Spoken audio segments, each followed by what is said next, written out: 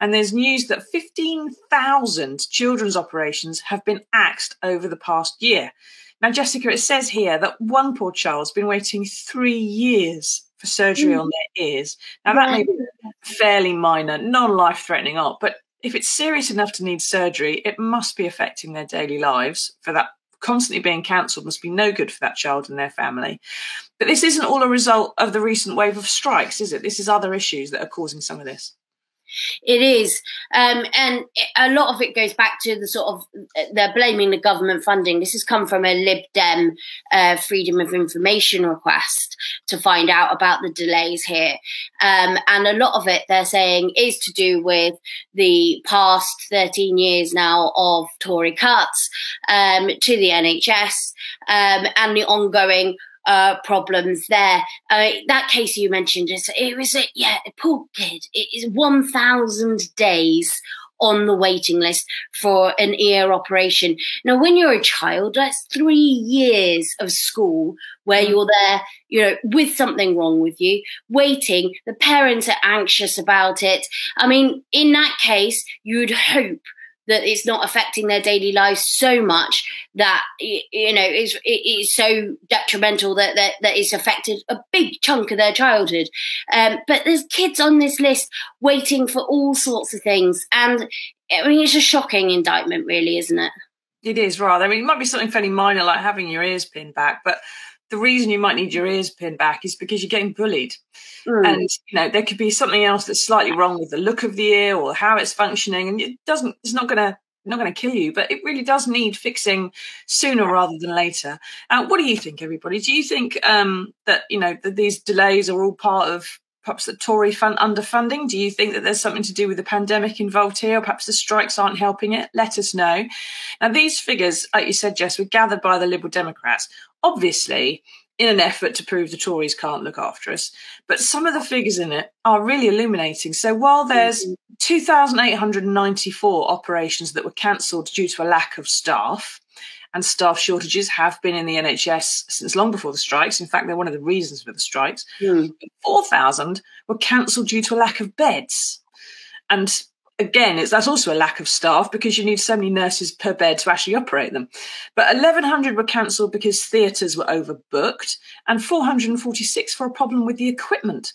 Now, we all know there's long waiting lists, don't we? Post-pandemic, a lot of us have sort of, I suppose, steeled ourselves a bit for there being a bit of a delay while the NHS does its backlog. But if there's no bed, the equipment's faulty, too many people are on the list, not enough staff, what can the NHS reasonably do about it? They can't ever hope to clear the backlog if this is the stuff they're working with. It's going to get worse and worse.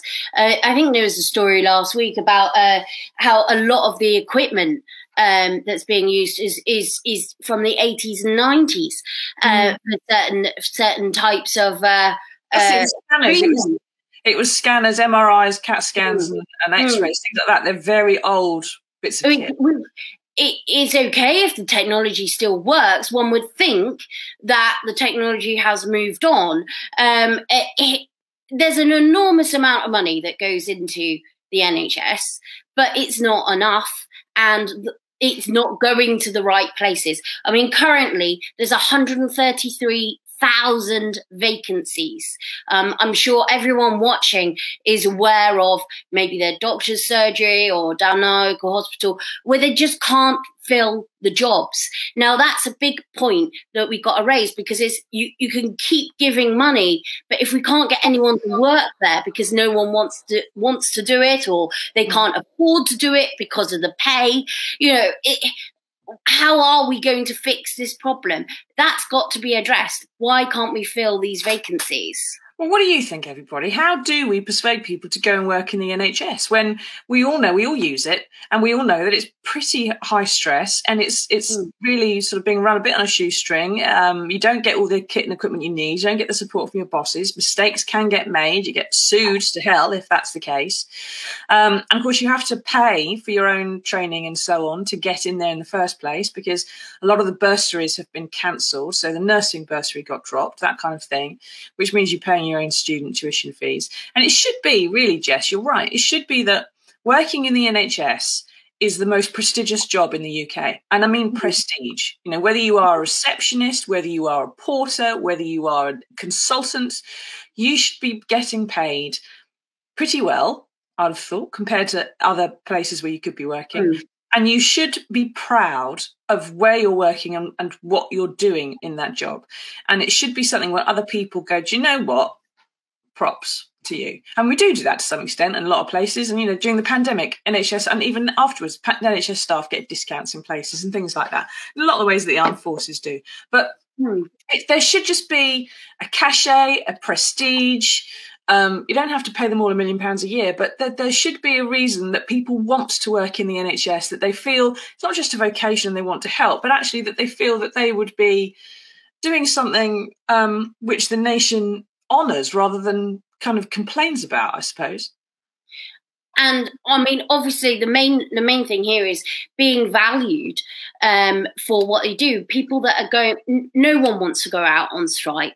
The people that are going out on strike are doing it out of desperation for wanting to be listened to about the various different issues. And as you've addressed, I mean, it's about staff shortages, it's about equipment, it's about the targets they're having to meet. Everything's having to be done on less and less money, and it's not going to work. Someone needs to sit up and go, we've got to stop this now before we ruin what is, you know, should be, like you say, a prestigious thing for our country. Exactly. Something's got to be done about it, hasn't we? Now, we've got a bit of breaking news for you that's just come in. Teachers, we know that junior doctors are having 4 days of strikes next week.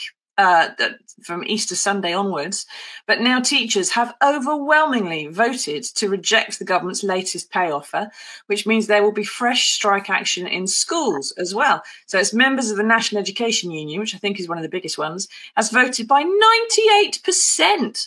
I mean, it was obviously close there, Susie, wasn't it? Yeah, the 2% that held out. I mean, crikey. 2% went, no, actually we'll fall for this one. No, so 98% have voted to dismiss the latest wage offer from the government because they've branded it insulting. So it looks like the government is going to have to go back to the table with them, and there's probably going to be strikes in any event called over that. So there's going to be not only these children not getting their operations, Jess, but also not necessarily getting all the schooling they should be getting either. It's like everything is slowly falling apart here since the pandemic. A lot of countries have thrived in their economy since the pandemic. We haven't, as you know from previous stories. It seems like every single part of the public sector is really, really struggling at the moment. And rightly, people seem to have had enough. And teachers aren't doing this lightly. They're doing it because they feel they've last resort to be heard, so that they get fair pay in a time when our inflation is going through the roof. Yeah. And we know why that's happening. So all these things tie in together, and at some point, someone's got to say, do you know what? We're going to have to take a deep hit now, make sure everybody, you know, is paid fairly, and that we're putting resources into things, because otherwise we're going to be paying a lot of money for things that aren't actually functioning very well. And they end up, the money going on agency staff and so on, which is far more than it needs to. Throwing good money after bad. It's time to put a bit more money into it now and make it work properly.